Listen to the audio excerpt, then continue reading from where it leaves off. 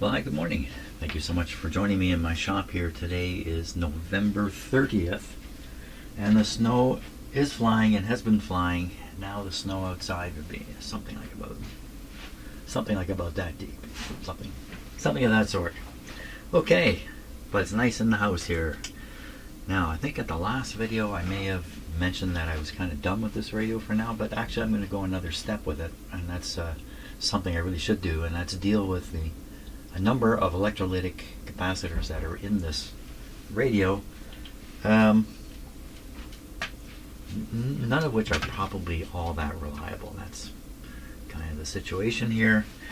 The first ones I'm going to go after are these four in the back here. And we'll take a look at the schematic and I'll show you what they're doing. Three of them are busy doing one thing. One of them is doing something else entirely different, even though they all look the same and are located there. A lot of radios, a lot of Hammarlund radios don't have this particular arrangement of capacitors. They're more likely to have this type here, and this is also an electrolytic capacitor. They're likely to have four of these mounted on the back. But mine for some reason has these, what I would think are lower quality capacitors. And I've been doing some more reading on this radio. There's just a ton of information to read about it, and I did read about the terminal strip down here that I had trouble with. And as it turns out, there's an unknown number of radios that were made differently from the information that's easily available about these radios. This must be one of them. And what they did, I don't know about the rest of the radio, but down here is they just switched some terminal wiring around. And I think I stumbled into that when I was poking around with an ohm meter and found B plus on a terminal that I didn't think it should be on. And that's when I got kind of paralyzed. I don't know what's going on anymore down there. But anyway, I got past all that stuff. So I'm not the only person to have stumbled into this situation. And as for the ceramic capacitors that are throughout this radio, it's as if they don't exist. Even though, like in the documentation that I read, even though the diagrams and photographs show them, they clearly show the same capacitors that are in this radio, ceramic capacitors. I don't know. So there are, as I've learned now, 40 versions of this radio. Some of those 40 versions may be so similar as to really be just one version, but still, there's many versions. These radios went to different organizations, different military groups. Those military groups designed their own manuals, and so there's just a ton of stuff floating around of all sorts. And I'm lucky to have the manual I have. It's one of the better ones, as I now know. Okay, there's also these curious capacitors here. There's one here, and then there's one down here too. We'll have to look at this a little closer before I change them. It's a great big honkin' capacitor here. According to the schematic, it's a 0.05, not electrolytic. So I don't know about what's going on there. And then another one to make some decisions about is the main filter capacitor. Seems to be working fine in this radio, but not a hard thing also to replace. I actually leave it physically here and just put the new parts because they're so small, just over in here. Okay, so these guys first. I guess we'll start. You can see I've already got the replacement sitting there. We'll start by taking a look at the schematic and stuff like that. We'll find out what these capacitors are doing in the radio anyway. Okay, let's take a look at the schematic here. So this is the power supply area of the radio, and this is the high voltage rectifier producing B plus voltage, and this is the bias rectifier here producing a lower voltage, actually 50 volts, negative though. This is a negative voltage production. Interesting enough, surprising to me, this doesn't have its own transformer winding, but it takes right off the high voltage winding. It just reduces it with some resistors and stuff like that to get it down to 51 volts. The capacitors we're looking at here, these ones, these three here, are these three here. 10 microfarads. You see 10K, 10K, 10K. So this is an extended pi filter. This is a very serious attempt at filtering. And of course, because this is going to supply grids with bias, and if there's any hum in here, it's going to come roaring out of the radio. Okay, the other capacitor, this one here, is way off in another spot. Let's see if I can find it here and remember where it was. I believe it's the bypass right up here. See the capacitor right there? Bypass on the cathode resistor of the output tube. And I'm not even using the output tube. It's pulled out of the radio. So all that's shut off. So that capacitor is not doing anything, but I will change it anyway. So that's what I will do. So I'll do these guys. Very easy job. Oh, yeah, right. I shouldn't have said that. That's probably going to guarantee a lot of trouble. I'll change these out. I believe they're all grounded here. If you notice, when you look at the face of them, you can see this one's different. You see it's dark. So this one's reversed from the others. That's because this is a negative power supply and this is on a positive power supply. That's why. Okay, I'll change them out. Okay, well, I've got these guys replaced now. Let's investigate again this and this, because it looks like they're just ordinary capacitors by size, but they sure don't look like ordinary capacitors. Look at that thing. It's a tank. Look at how it's supported. What's so special about that?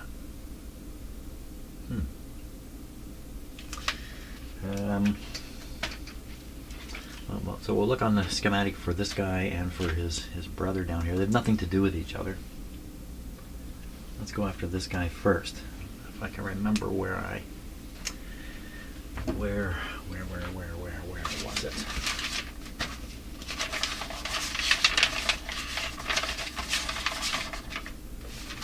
Okay, I gotta sort a few things out here, and then I'll show you what it is. Okay, let's start here. This is this is the capacitor right here that I'm interested in. C137, 137. Okay, we're going to take a look at that on the schematic here.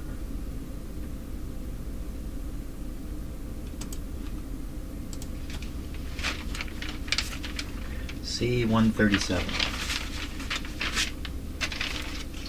Down here at the CW modulation switch. There it is there. 0.25. That's nothing special. Why this great big thing? This looks like a big oil-filled capacitor. What's special about it? That's fairly large, 0.25. It's a little hard to get to with standard capacitor construction. Back then, it would end up being a fairly large capacitor, but it's a real whopper. Okay, well we can just carry right on, because I think we can. This one is 144 based on that picture we were looking at, and where's 144 going to be on here? So this could be almost anywhere. 144. I don't know where it is offhand, so I'm gonna hunt that one down. Well, let's stick with let's stick with this one. Let's just stick with this one. I'll make things too complicated, getting too much on the plate at once. 0.05 or 0.25.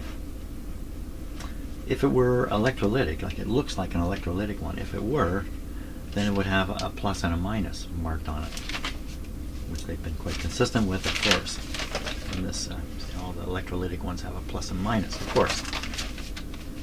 So that's surprising to me. Just a little tiny capacitor going to go in there and replace it. And this one, what is it doing anyway? It's grounding out. What is CW? I don't know exactly what it's doing. And good grief. Okay, I will change it out of there. How is it even in there? Is it? Looks like it's riveted. No, it's a nut and a screw.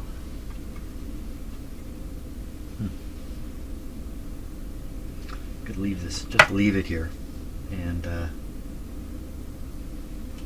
go ahead and put the new one just above it. That's the best thing to do. 0.25. Okay, I gotta find one of those. Okay, so I'm verifying that this is C144. So I have this diagram, and so they've kind of bent this up a little bit. The way to look at it, you can see there's a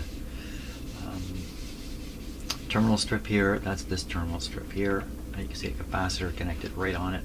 C144. That's exactly what this is. It matches the photograph. C144. So now I've got to find that on the schematic and see what it's doing.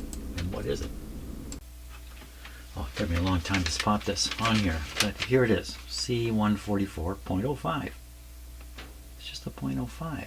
Like, why this great big thing? Why wouldn't they put another ceramic one there? It just needs the structure to hold it. I just feel like I'm not getting it. There's something more to this that it's not coming through. 0.05 is just a small little capacitor in there. And it's right on the limiter switch. I generally never use a limiter on these radios. Whoops, I was holding this a little too low. There it is up there, 144. Okay. I guess the only other place I could check is a parts list. So maybe I'll do that. So I decided to remove this one entirely. I have it here. Let's test it. It says right on it, 0.05. Why this? Look at this thing. Why so heavy duty? I have no idea. Some kind of shielding thing going on? This one, the bracket is right on the metal here.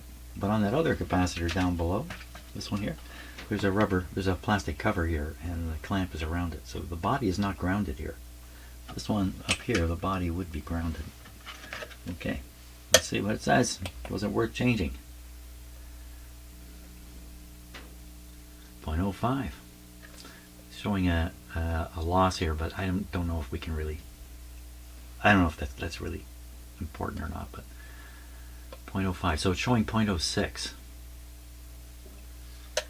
That usually means it's a little leaky and the test result is thrown off from the leak. We put this on a high voltage tester. Okay, so I've got the new one half in already, so we'll finish putting this new guy in. And good.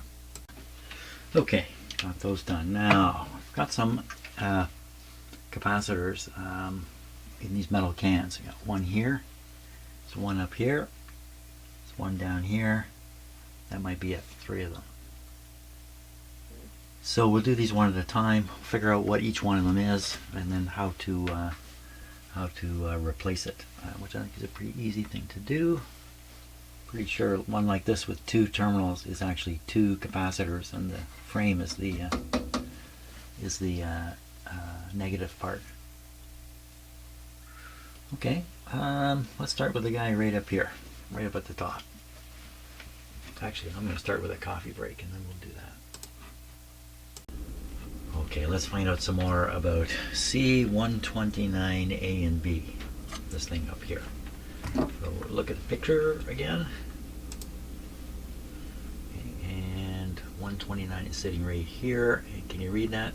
C129AB, right there. So what we're going to do is we're going to take a look at the, oh, I may not have been pointing at it correctly. I was pointing on the wrong screen. So it's here. There, C129A and B. Let's look at it in the circuit now, because in the metal can, electrolytic, guess what? 129 is here, C129A and C129B is here. And look, it just says 0.05. There's no plus and minus. See, on this one there's a plus and minus. So they're not electrolytic in these cans. I'm a little bit floored.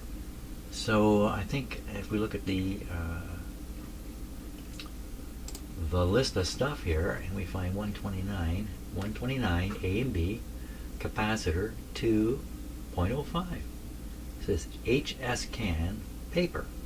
Look right above it. C128 10 100 volts HS can electrolytic. Well, I thought all these ones in these cans were electrolytic. but it's not. Okay, so this is just 2.05s to replace this. Okay, I'm going to go ahead and do it.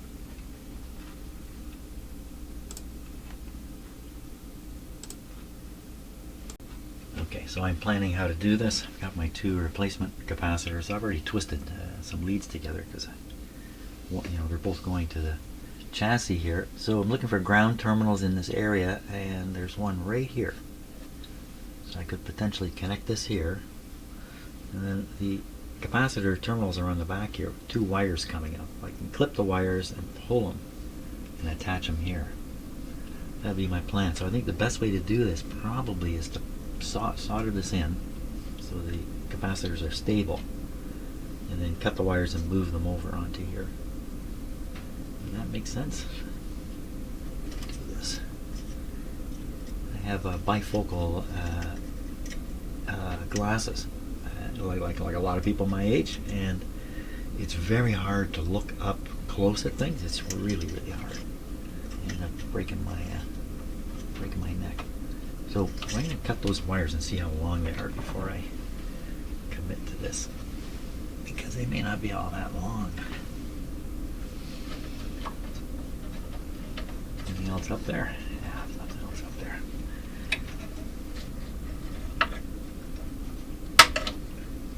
I hope that was right.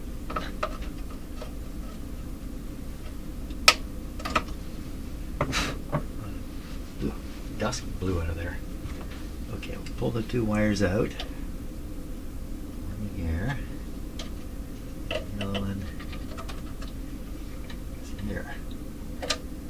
Oh, it's quite long. It comes over to this terminal.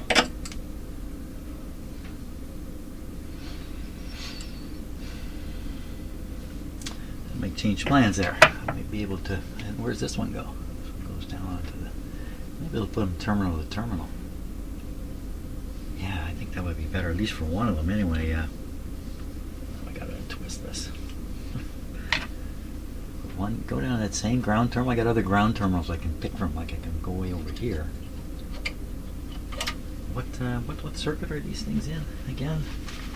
Does it matter if I move them around? Probably not. And I've lost track of where they are on the schematic. I've lost track.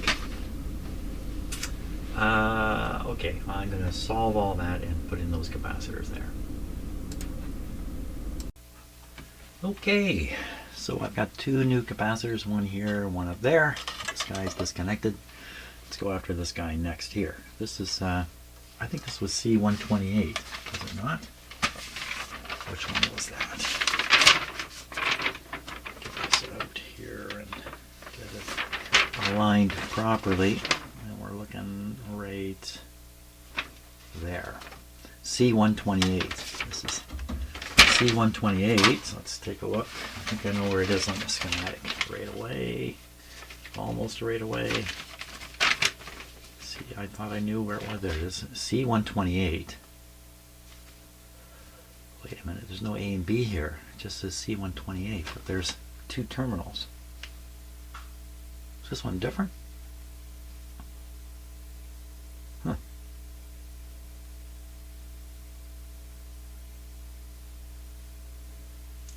Well, one terminal goes to ground and the other one's tied to a 10K resistor. So this terminal is going to ground. I can see it. And this one, well, look at that. There's a 10K resistor right above my finger there. So this is just another, just another what? Not just another. I've lost sight of it. There's a reason why I keep looking at the very same schematic. 128, where'd you go? 128, 10. And what kind of circuit is it on? It's on a grid circuit. There's no voltage stress on this. Okay, 10 microfarads with a plus and a minus, and the minus it goes to ground, I'm sure. Yeah. No, the minus wouldn't go to ground because this is a negative circuit here. So you put the positive to ground here. 10 at some low, fairly low voltage. Okay, I will find one. Okay, so hard to see, but there's a little capacitor right here that's replacing this big thing. Here he is, and like I said, I made a mistake here. That's a stupid thing I did. I should have connected it back to the capacitor, but I didn't connect it to where it's supposed to be going. Duh. Glad I looked at that.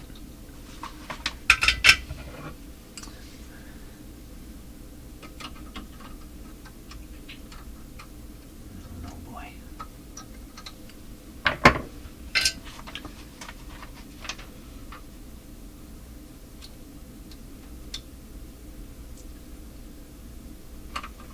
There's a cat climbing up my back. Oh. Don't do that, cat. He wants attention. Now he's coming up my front. Come on, cat, just hang on. Can't you see I'm soldering? There we go. It's a huge terminal here. It would take forever to melt it. Okay, this time it's connected correctly. Thank you very much for helping me with that. Cat, come here. What are you doing here? What are you up to? Oh, he wants to go and play. That's what he wants to do. Okay, so the next capacitor is the last one, I believe, is this one here. And it's this could be right on the power line, in fact. I think there's a power line capacitor that the recommendation is to replace it or deal with it. So, okay, we're looking at that, but first I gotta satisfy my cat here. Come on, Bert, let's go play.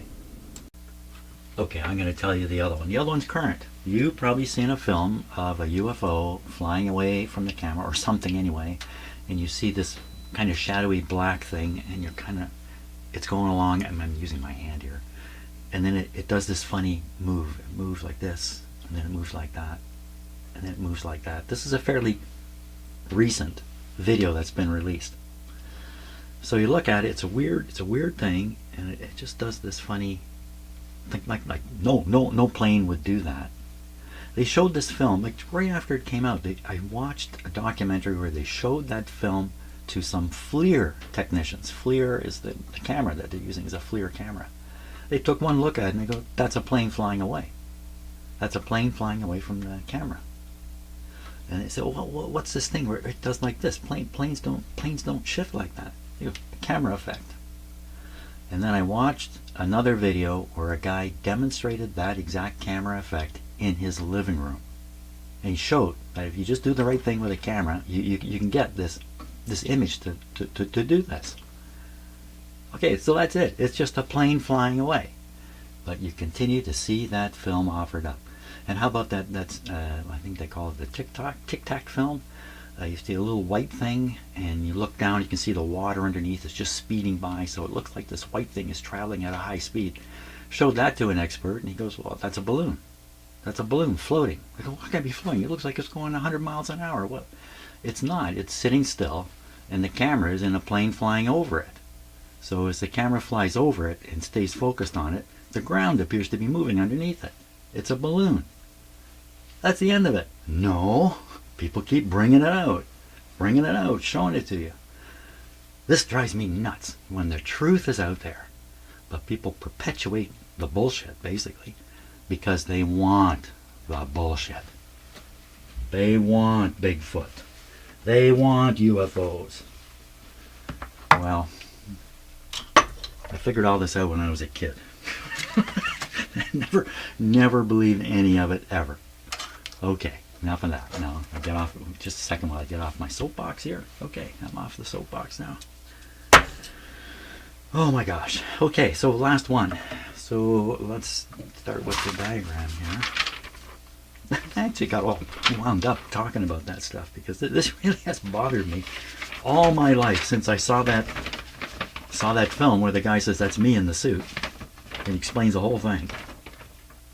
That film should have gone away at that point. Okay, so let's get this guy lined up correctly. Get back into concentrating here. Here we are. So these are these. There it is. It's two C152A and 152B. connected right into the transformer here. Oh, this will be the one that's across the line. That's what this is.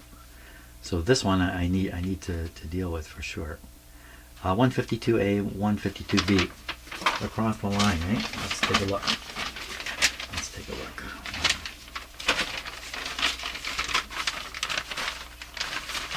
I don't know how much longer this schematic's going to last here.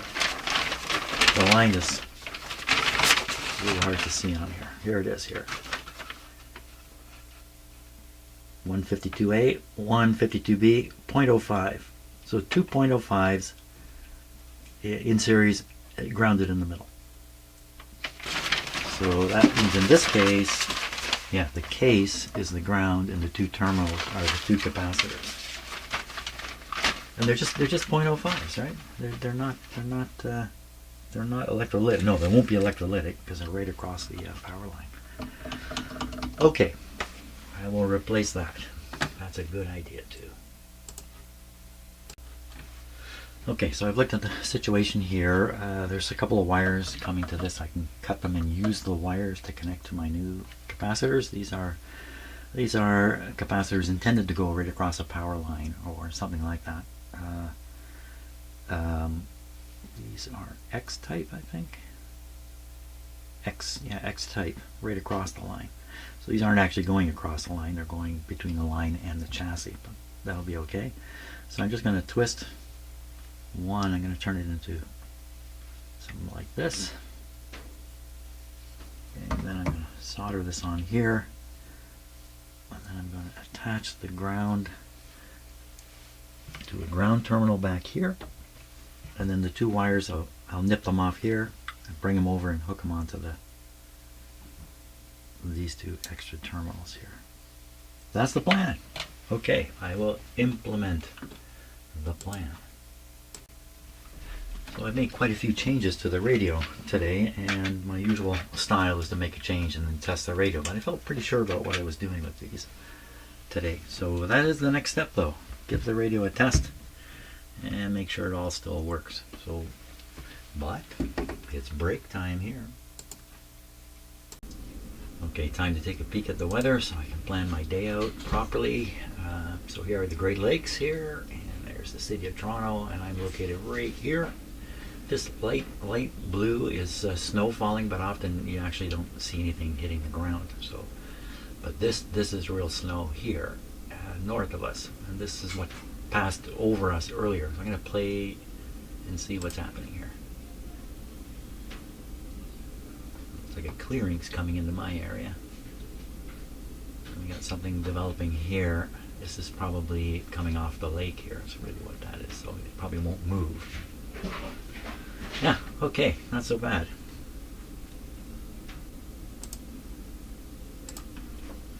Next up with the radio here again is to test it out and play it. So I'm just going to check a few other things here and there before I do that. Okay, I think we're ready to go on a tour here. So I'm going to plug this into a regular outlet. I have taken a peek at the shortwave conditions using an SDR, and there's stuff 17 megahertz and 15 megahertz. We should be able to, on those bands, find some stuff. If it works, let's find out. So right now, though, I'm on the broadcast band. Put this up to about 8. Got my hand on the volume over here. Come on, radio, do your thing.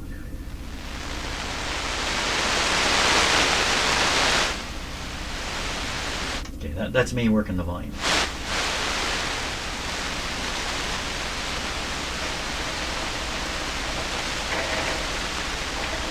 Oh, forgot one important aspect here, and that's you have to hook up the antenna. Oh, lucky me, man. Having a heart attack, but now I don't have the antenna connected. Yes, I was having a heart attack. There we go. Let's try it again. Volume up. Feed it at home.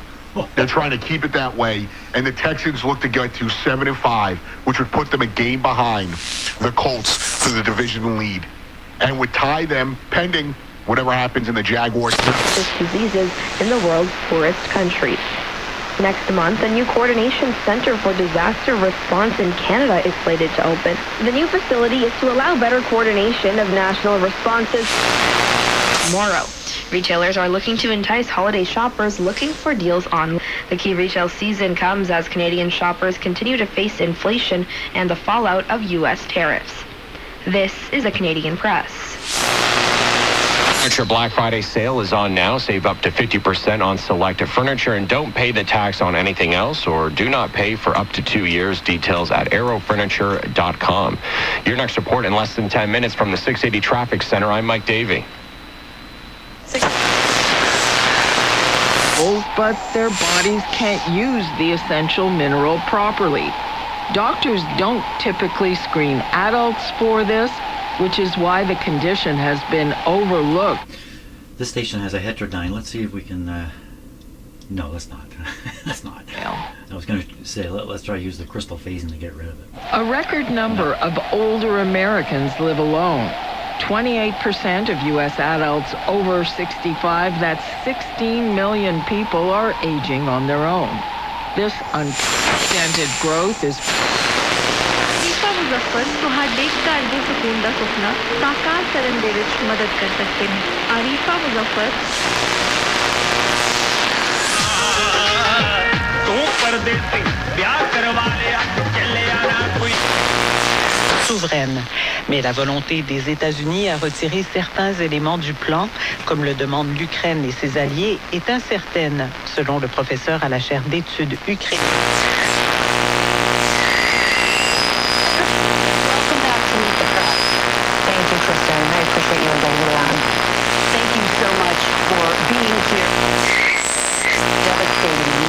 So all these signals are ground wave because I'm doing this during the day. So about the farthest you can go is a couple hundred miles ground wave. This is Buffalo that we're listening to, which is just about the limit of how far away I can hear on ground wave. And what you have learned about the reason that I realized what the family part and why it was so important. It is, and it's not just a money thing, of course. I mean, the longer I've been... This is Toronto we're listening to, and they're nice and clear like this, that they're within 100 miles of me. Have some... You bring it, and we pick the best one. It's very easy. These calls are getting better every week. Y'all are starting to get the hang of it. 888-SAY-ESPN, the call phone lines are open right now. Before we do it... So you can hear the American accent on this announcer. So this is ground wave, maybe from, I don't know, Michigan or somewhere like that. Couple things. First of all, the reporter that said the thing about it, you can't turn a blank into a housewife. If he was you, would you have told...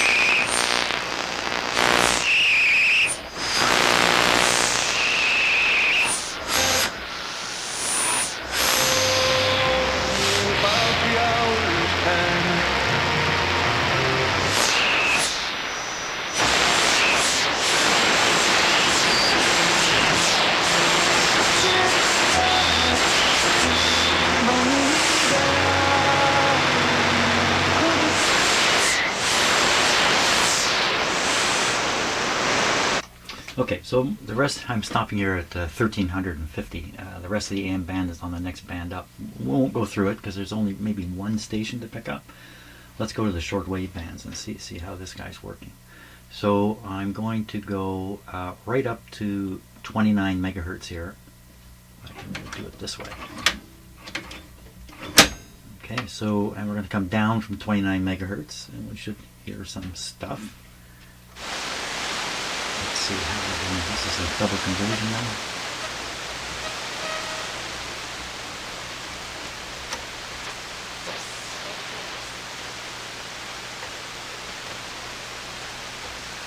I heard something there.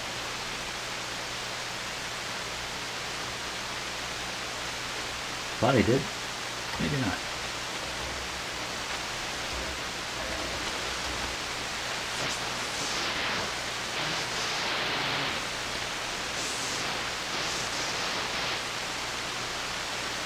turn on the CW here.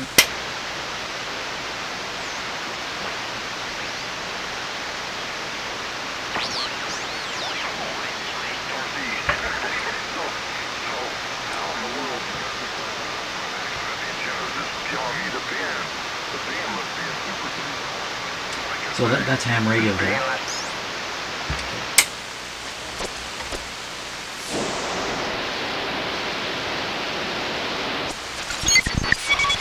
So people still, the contest must still be going because this is all Morse code here.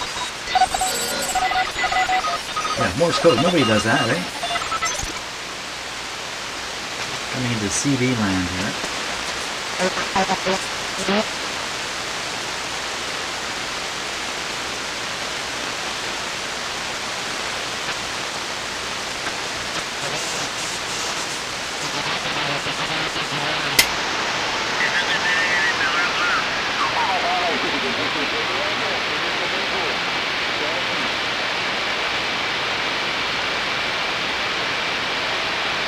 A little too weak.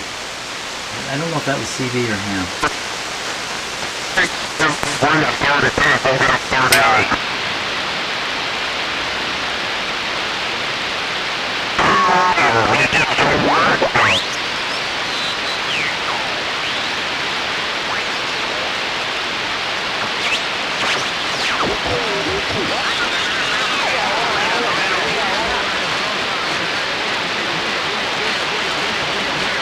I think this is CB radio coming from South Africa or South America or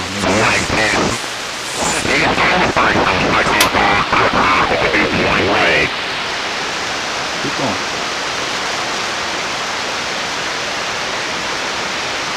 I have to apologize. I love playing with radios, so this is where all the fun really is.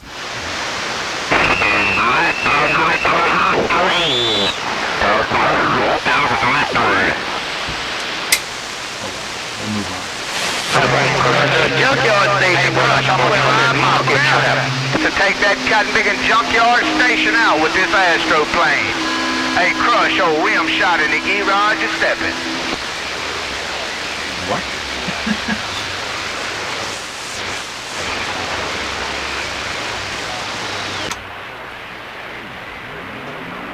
I must have failed to get it so it's he must have same march I was going across the street crossing maybe run. The old guy just said, don't run, mother ripper. Oh, my luck on this astroplane. Oh, rim shot in a small plane to go.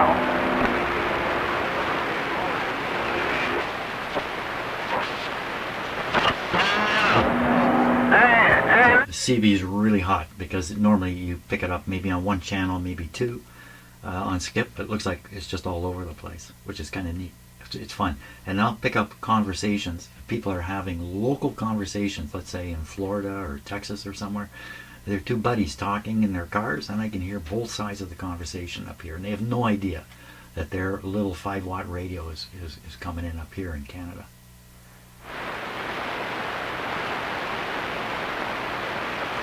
It's not even 5 watts.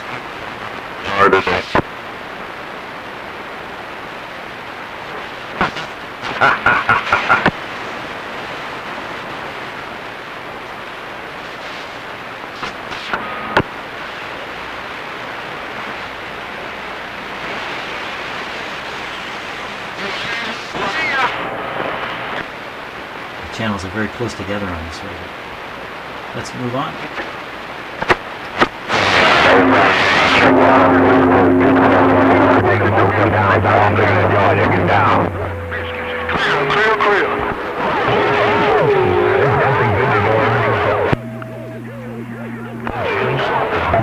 Powerful transmitter.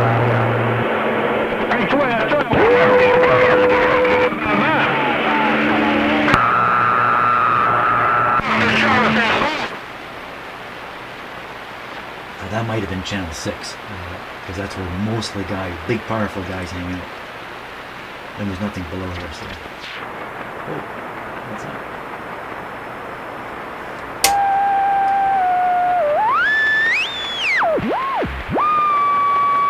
How stable is this radio?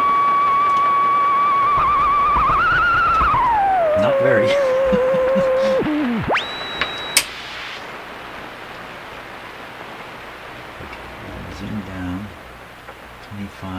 Any chance of getting... Does WWV still transmit 25, or did they ever? Ham band through here, all quiet. Very quiet.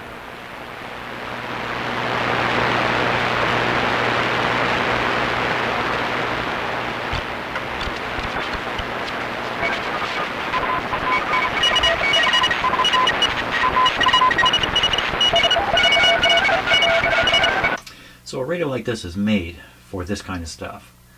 And what we would do is we would turn down the bandwidth to the point where we're only hearing one guy. So let's try it. And we'll be able to use this phasing control perhaps too. So I'm going to turn down the bandwidth here.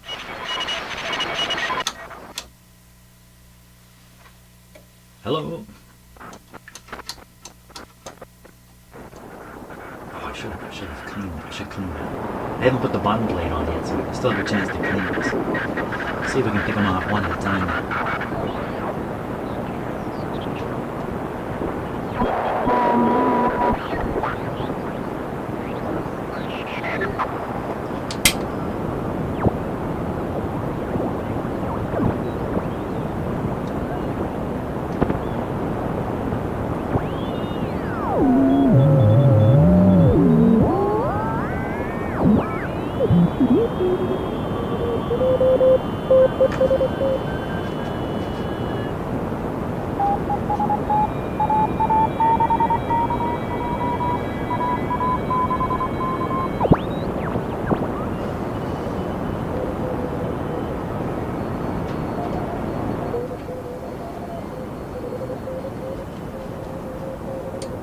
Okay, enough of that.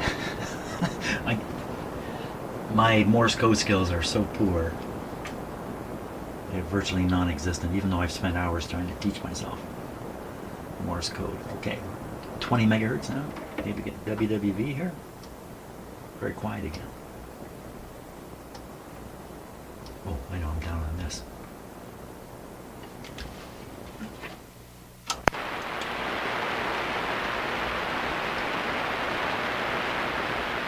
I'll turn on the BFO and see if we can find it. And the answer is no. No, nothing. Move on. Around 17, we might pick up some shortwave. Shortwave broadcasts. Si persiste, suspender temporalmente con cuidado de vestuarios. Y si continúa tras la reanudación, suspender definitivamente el encuentro en coordinación con el coordinador de seguridad de los responsables de la competición. Es decir, estamos hablando de la fase 2, que es man.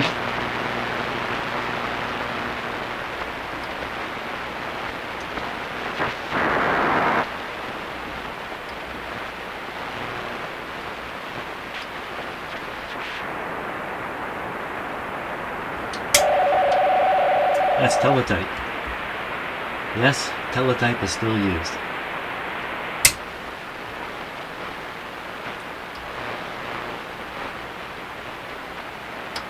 Not ham radio teletype. That was not in the ham radio band.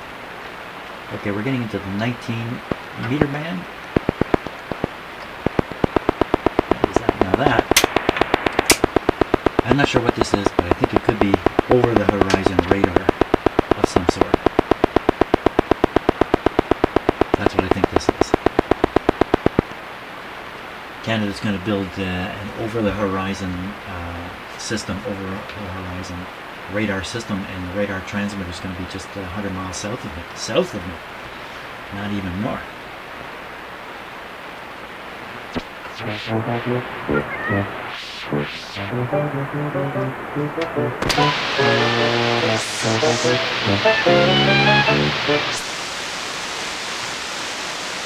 One more strong one, I think, current.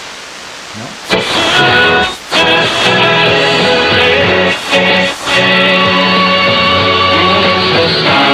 Sorry, it's probably overloading my YouTube video with that audio.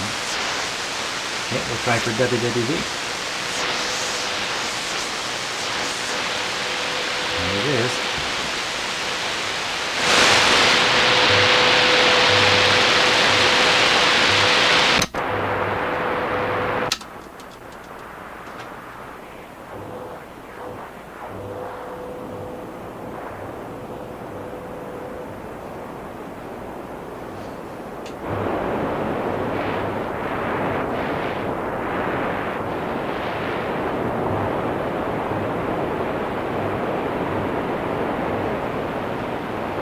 So that's coming here, a ground wave from Colorado, and it's very weak.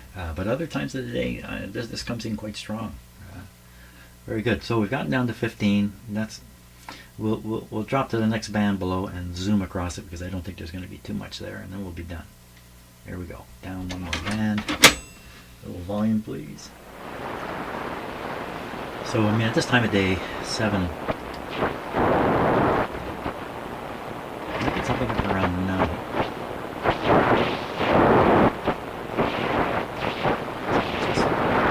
Interference of some sort. 9.3.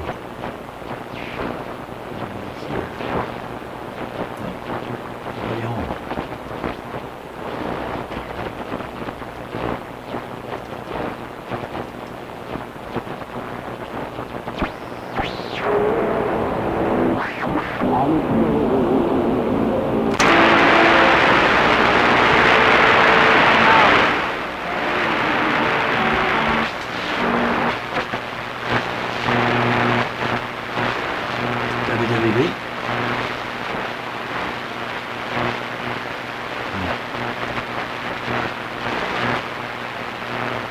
There is something we can get on this panel.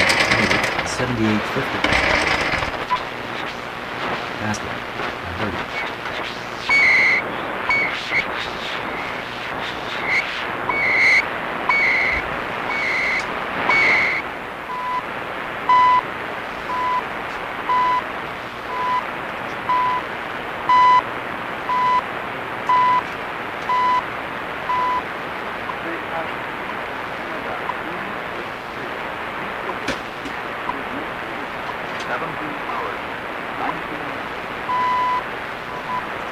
This is the Canada's version of WWV, which is called CHU. It's transmitted on 3 frequencies from Ottawa. Ottawa is about 150 miles from here. A little more than that. 300 kilometers from here or so. Also broadcasts on 3330. I doubt we would be able to pick it up. Onward, back to where we were. Some shortwave up in the 11 megahertz area. Shortwave broadcast. Somewhere. Anybody. Somebody.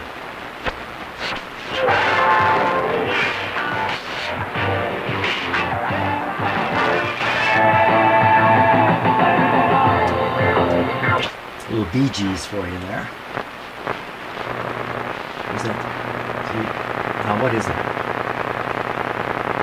I don't know.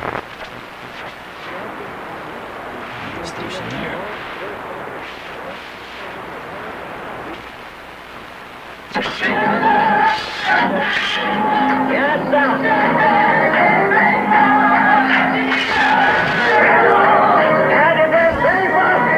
Okay, listen to this for just a few minutes.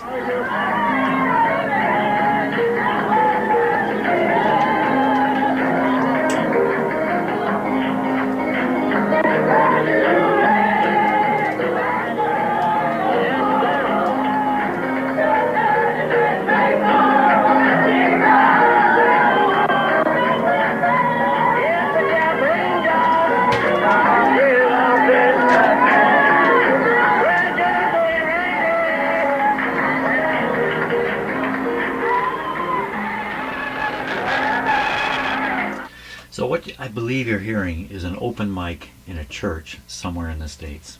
I think that's what this is. I don't know if it's recorded. I don't know if it's live or what. But I often hear this kind of stuff right out of, I'm sure it's right out of a church. The churches played a big role at the very start of radio, as they were one of the first people to say, I can do something useful with a radio, and that is cast their message out further. So some of the very first broadcasters were ministers broadcasting from their church, I guess in New York City or somewhere like that. It got to be such a big problem, believe it or not, and I guess in the United States, I don't know about Canada, it got to be such a big problem that the airwaves were dominated by Christian broadcasts. The government, the American government, stepped in and said, look, you can't be on the public airwaves and only send one kind of message. You've got to be fair here and give everybody a chance. And it all disappeared. Because they're not going to give anybody else a chance, are they? It just disappeared. But it's reappeared in shortwave. Because on shortwave, those rules, I don't think they apply at all. Who's listening? Anyway, I don't know. God that it comes at an hour. My God, that you think not. Then at another place, Jesus said, my time is not yet ready. Okay, moving on. So this is a European shortwave broadcast band in here.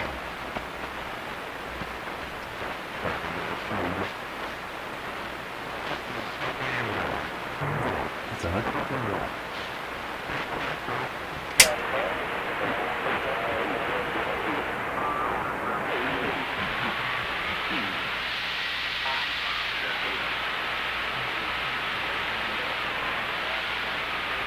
Too weak. Virginia Airways Whistles, Virginia /Cal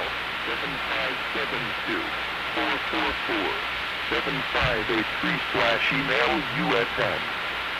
Norfolk SLAWENNORSCABNDS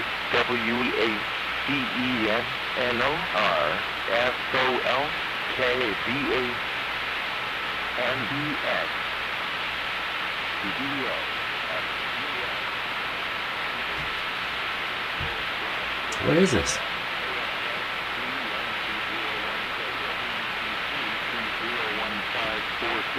HSS-AT, 1 high seas forecast for Met Area 4. National Weather Service Ocean Prediction Center, Washington, D.C. 1630 Coordinated Universal Time, Sunday, November 30, 2025. Superseded by next show. So that's navigation weather, quite common on shortwave to pick up.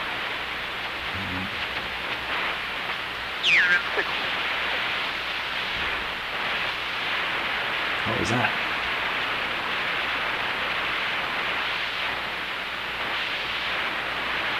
So there are, believe it or not, airplanes using shortwave, believe it or not. When airplanes fly over the ocean, like the Atlantic Ocean, the only way to communicate at this point in time is with shortwave. And so there are shortwave frequencies where airplane communication takes place. I can regularly hear the controllers on the east coast of the United States and Canada, New York City, and oh my God, I'm going to forget the Canadian one. I'm going to forget that. I regularly hear them directing the airplanes, but I don't often hear the airplane here. I'm too far away and they're not strong enough. So nothing else came up here, so don't know what that was. Oh! What is that? It's just 2 week. 2 week for a video.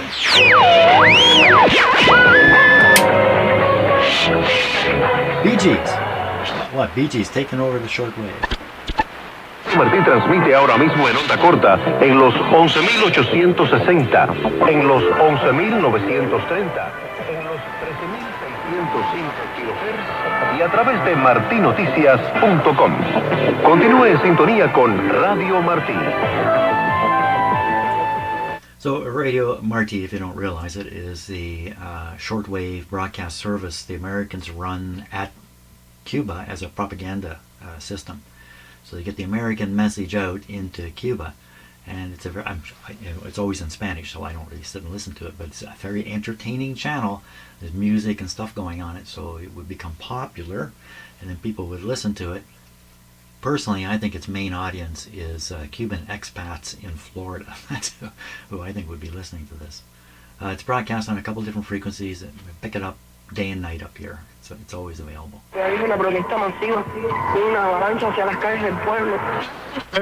Effort in trying to get away from the clutches of Satan and get to the safety of Christ. We need to make effort. We need to put all that we've got. I can get away from the clutches just by turning this knob. Wow, it's very quiet now, isn't it?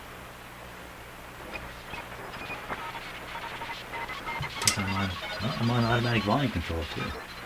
Okay, so this is more ham radio Morse code. That's ham radio FT8. It's probably dozens and dozens of ham radio operators making this sound right now. And that's going to be about it, I think. Because oh, here's a ham guy talking. Sorry, America doesn't understand that. It's the thirst. The thirst. If you've got, most of the opioids that are being used, and most of the people dying from opioids is through prescription drugs. Fentanyl's a big problem. Fentanyl, first of all, is a legal drug that's being used for a lot of different purposes. So America is just incredibly ignorant. And as far as I checked, the statute on drug running is not capital. It's not a capital offense to be a drug runner. It's not a death sentence. So, I don't know what to tell you. But it doesn't make any difference. As long as this America has this thirst, this incredible thirst. The big problem with drugs in America is alcohol and prescription drugs. That's what's killing more people than anybody. And people don't want to recognize that. But then you do have people that are dying from street drugs. There is a good bit of that too. But most of the people in this country that are dying are from alcohol, prescription drugs, and you want to really look at it, cigarettes too. So, please, they're going to solve the drug problem in America. I'm sending a carrier group to the Caribbean. You know how absolute stupid that is? Do you have any idea how stupid that is? Over. It looks like we can't hear the other half of the conversation, which is very common when you listen in on people's conversations. You hear one half, you can't pick up the other. Okay, so that was pretty interesting what that fella had to say. I could comment. Oops, volume up. But I don't need to. I do have a comment about it. Let's go to the end here. Oh,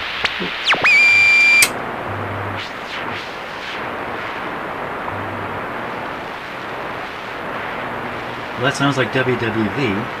This is 14.8, so actually the scale's a little off. I'm getting 15 here. I shouldn't be. Do it on the inside of the house. Okay, that's the end of the tour. Okay, here's my comment about what that guy was saying about drugs killing people and that. When COVID was happening, and when it first started happening, and people were dropping dead everywhere, here in Canada, everywhere in the world, people were just kind of dropping dead by, oh my gosh, what's going on?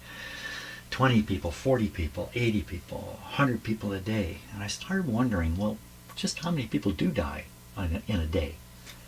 Here's the numbers. In Canada, and this is just a rough number, okay? It obviously varies from day to day and summer, winter. More people die in the winter from flu. 700 people a day in Canada die. 700. If 20 more died in a bus accident, then it would be 720. You got to stop and think about this for a minute, because the news shows us events that involve 5 people, things like that, and they put it in front of us like some kind of disaster, and we better do something about the 5 people. But there was another in Canada, 695 people who died yesterday. What about them? So what I believe the news does is it grabs a small piece of what is happening and puts it in front of us.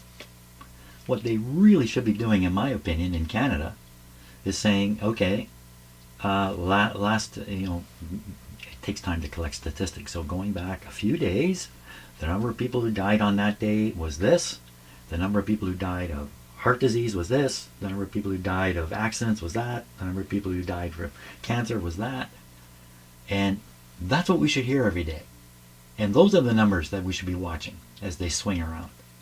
But they don't. They give us the onesie twosies. Think about it. Now I can turn on my radio and listen to the news, and they'll tell me about a bus accident in China. 40 people off a bridge. I'm making this up, by the way. 40 people off a bridge into a river. They're all dead. And I'm listening to it on the news. How many people die every day in the world 160,000. So 160,000, and the news tells me about these 20. Do you see how ridiculous it is?